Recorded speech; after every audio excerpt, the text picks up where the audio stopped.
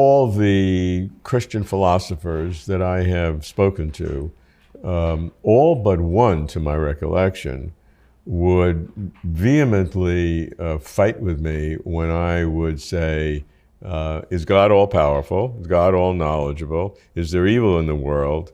Yes, yes, yes, you believe in God. Then God created evil. I mean, I'm trying to be a very simple approach to it. And I'd get fights back and never make any progress. There was one who was different from that, who said that there's no way to get out of that God created evil, and went through the process. Right. I really don't know the Islamic view of whether God created evil.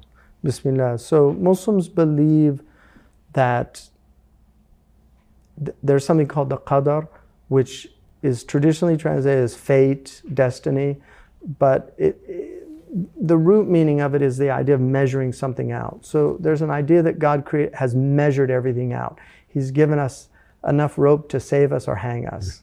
And so moral evil is a result of the sinfulness of human beings. So what comes from that? And there's also an understanding that a lot of natural evils are either one of two things, that God is, there's a punishment that could be involved. It's not for us to decide, but it could be a punishment, or it could be an elevation in rank, and to take martyrs amongst them. For instance, our Prophet said that anybody that dies from a house collapsing on him is a martyr. It's a martyr's death, so they go straight to heaven.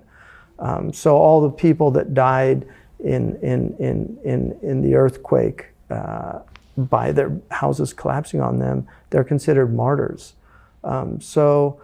And also dying of sudden death is a martyr's death, like in a car accident, falling from your animal.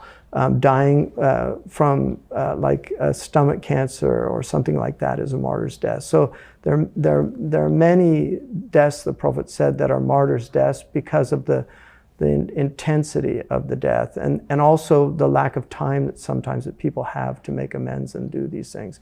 So I think we believe that God created everything, but we don't attribute evil to God as a kind of just appropriateness. So we have a formula that the Prophet gave us that said all of good is in your presence and evil is not attributed to you.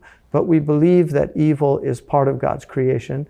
God obviously created the evil in the world by allowing it to happen if it's moral evil, and then by the events of natural evil that are clearly created by God. Yeah, so on the moral evil, God certainly allows it, because if you believe in God and it's happening, then it's obvious that God allows it if you still want to believe in God.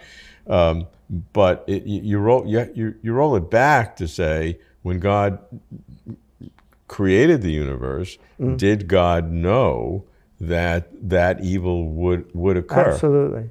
Yeah, absolutely. I mean, so-called open theology in the Christian tradition, modern today, not mainstream, but not insignificant, would say that the future is open, and God is omniscient, that God knows everything that can be known, right. But the future cannot be known because it hasn't occurred yet. Right. So we're not undercutting God's omniscience, because we're saying that, like, can God lift a rock that's too heavy to logical inconsistency. Yeah, logical inconsistency. So there's no undermining of God with a logical inconsistency. So they say the future is a logical inconsistency to know. So that's a coherent explanation. Right. It may not be satisfying to you, but it's a lot, or to anyone. But it's a logical consideration. Well, there's a famous saint in Turkey who had his students, and he wanted to appoint somebody to follow him. So he asked all his students to reflect that night on what they would remove from the world if they could. And so the next day he comes, and the first one says, "I'd get rid of murder because it's the worst thing," and the next one says, "I'd get rid of alcohol because it's the source of so much evil. I'd get rid of adultery. I'd get rid of," they all giving their things they'd take out of the world. And it got to the saint Marquez Effendi, and he said, "I would not take anything out of a world that God created for its purposes." And so that's just, I think, a very Muslim view of things, that there are wisdoms and God knows why.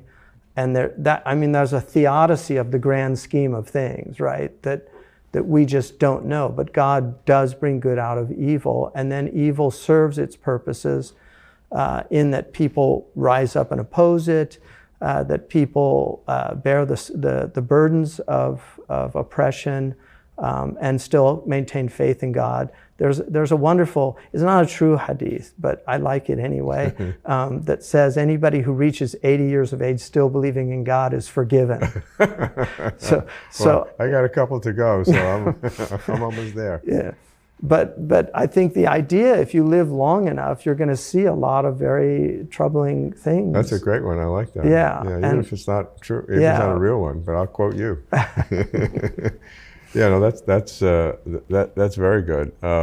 But the overarching point, though, is that either God knew or didn't know the amount of evil in the world when God created the universe. I mean, and once you reach that nodal point, you have to make a choice. Yeah, and one of the things that I find really interesting, like I've been in a lot of places in the world, and the people I've seen that suffer the most often have the most profound belief in God. And the people that sit around with their kind of wine, cheese, and crackers discussing evil, and why I don't believe in God, they actually very often have wonderful lives. And so there's kind of an irony in that. Yeah, that is true. That is true. I'm not sure that gives an answer to the question. Yeah. I mean, it's kind of a sociological observation. Yeah, and it's a fair one. I just think that there needs to be a coherent approach to God. I mean, if I'm going to believe in God, then we need to have a coherent approach, and to shirk from the idea that God is omnipotent and omniscient, and yet distinguish, and yet the evil is something that God has allowed in order for us to have free will, with the free will defense, the Theodicy of free will. That's a classic defense in terms of we needed that. And that only deals with moral evil. It doesn't deal with natural evil. Yeah. Exactly. And it doesn't deal that effectively with moral evil. Because now we have sociologists. I mean, that's one of the things Dostoevsky points out, is that the time is coming when they'll tell us there is no crime, because the sociologists are going to say, well, the reason they did this is, so there's kind of a hard determinism that says, oh, that criminal couldn't have done anything else given the life that he was given. So there are those arguments. And again, I personally believe there's compelling arguments on both sides, and you have to make your choice. I've chosen the side of God, and other people chose the side of either nothingness, randomness, or the side of the devil. Well, I hope I'm not in the latter category. It doesn't seem like that, but yeah, it seemed like a mensch.